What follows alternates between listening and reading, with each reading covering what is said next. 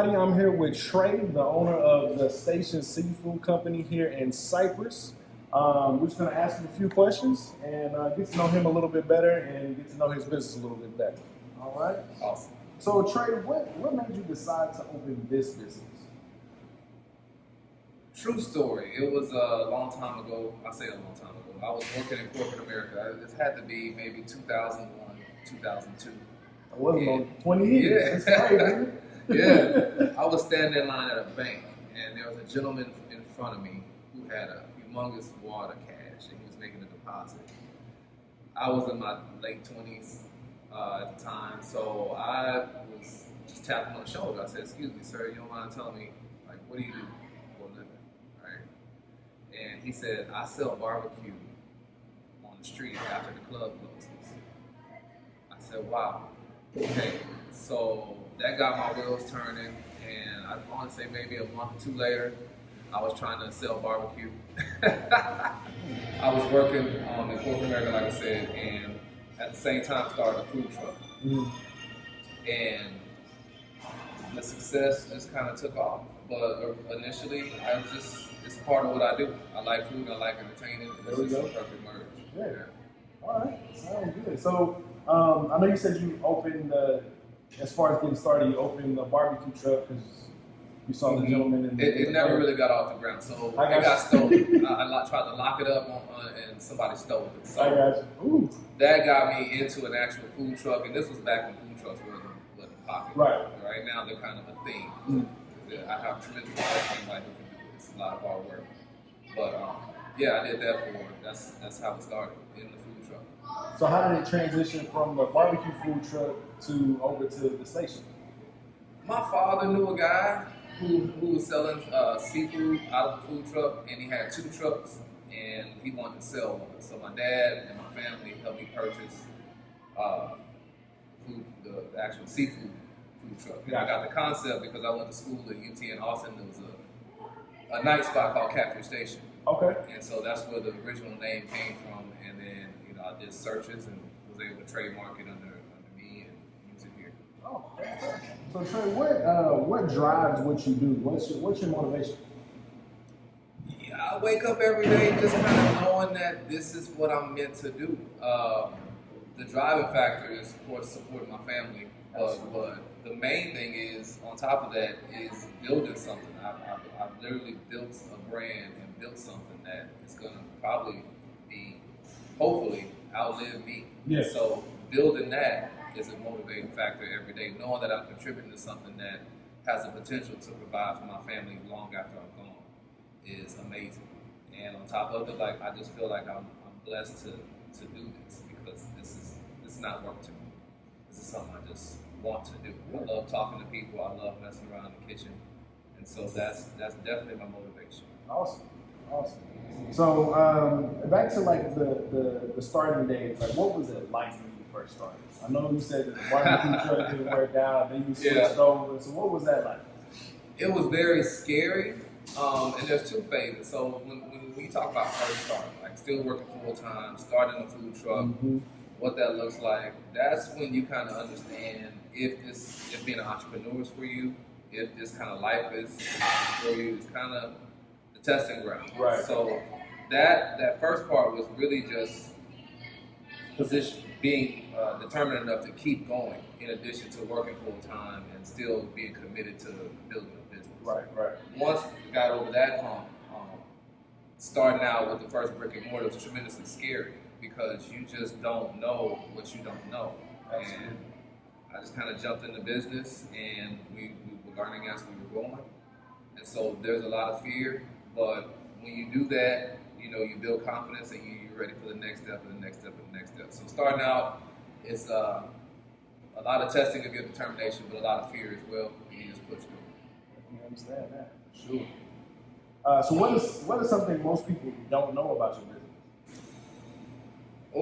How this business is 24/7. If I'm not thinking about it, I'm talking about it in some kind of way. It's very rare that I don't, that I get to unplug from this business. So a lot of people probably don't understand the depths of what it takes to actually run your own restaurant and be the guy at every phase. You know, I'm the maintenance guy, I'm the marketing person, I'm the manager, the cashier. I'm all these things. Yeah. So you have to be you have to be accustomed to multitasking, and then you have to have a great support system behind you, which I do, between my family, who definitely helped financially start this business, and then my wife and kids at home that actually support what I do. Fantastic. That's always great. What would your customers say that they love most about your business? Probably the way we interact with our customers. This is a very personal experience, so I consider everyone who walks in here sort of like family, and we go out of our way to treat them like that. I have customers that have been coming here for 10 years, and I know stuff about their kids. I know, what they're going through from time to time. Yeah. I know the victories and some of the challenges that some of my customers have. So you create that sense of community. So I think most customers would appreciate that sense of community that exists in this restaurant. So what are some of the most odd requests you had from customers? People have unusual requests all the time, and so I take note when something actually is new. Like, hey, I never heard anybody want that, but you can do it. And most recently, we sell shrimp and grits here. Mm-hmm. And there's a gentleman who comes in every week and he buys 5 shrimp and grits, mm-hmm. but he wants a scrambled egg on top of it. Okay. So that's nothing I can print out on a ticket. I go in there every time he orders it. I'm like, let me go in the kitchen and just scramble you egg, because I don't even want the staff to get exposed to that. Right. So they'll see me just crack over there and start scrambling. Like, what is he doing? It's going on this guy's shrimp and grits. So today, that's probably the weirdest one. Okay. Yeah. And is it all 5 or is it just one? It's just one. Out of 5? He wants one of the 5 because he buys them for other people, and he wants his to have the scrambled egg. I got you. I forgot where he's from originally, because you get that. You get different regional requests. So some people like mustard on their fish. Yeah. I've never tried it, but I carry mustard because I have a certain set of customers. You like it, I love it. Right.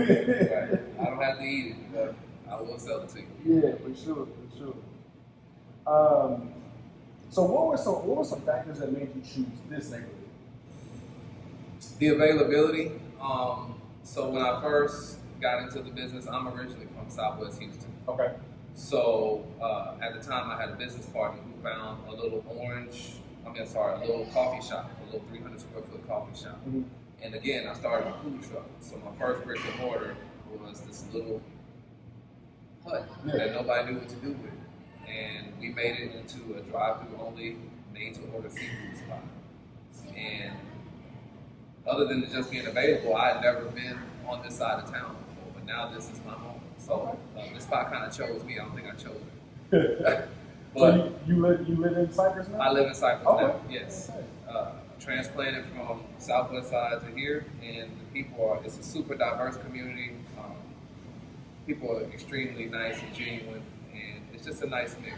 So I've grown to love it out here, and just like I said, this is home. Cypress is home. Fantastic.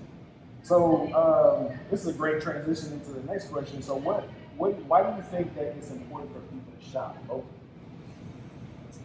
Throughout the years, like I said, I try to create a sense of community with my customer base, and I think it's important for people to shop local to enhance and keep that sense of community alive, right? Because I hire kids that live in this area.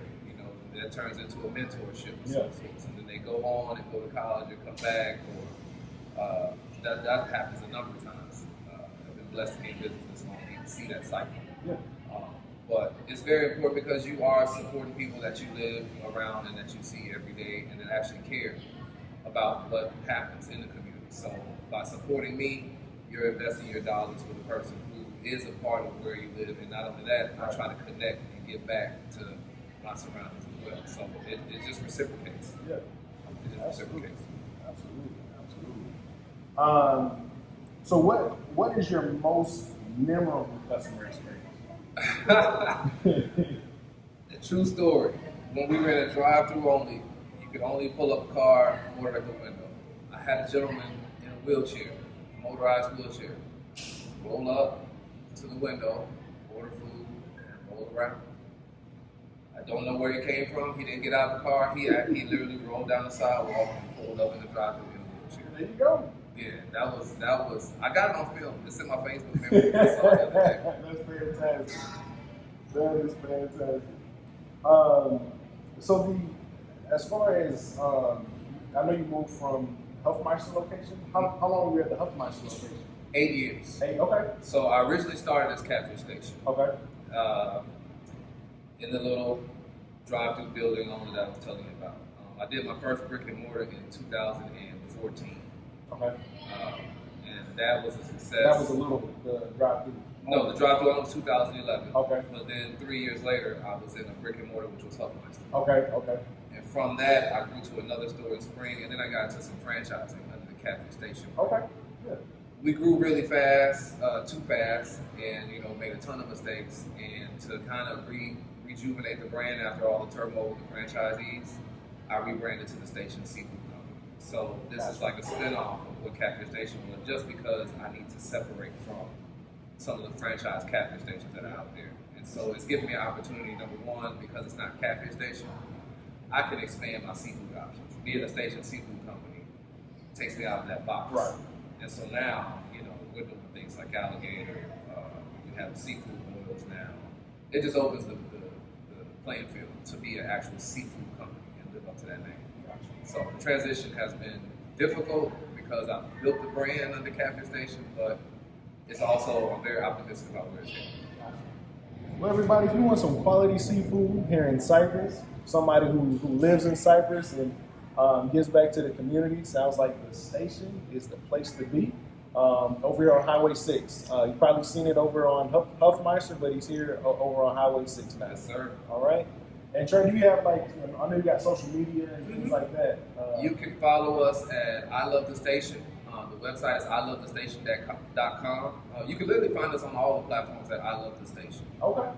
Yes, indeed. And as we continue to grow, there are going to be franchise opportunities. I'm entered to a phase where I'm ready to use that as my growth model again. And so those opportunities are available as well as a growth mechanism. So if there's anybody interested in looking at the brand, looking at some of the profits and scaling the business, and want to add it to their portfolio, this is a brand that you can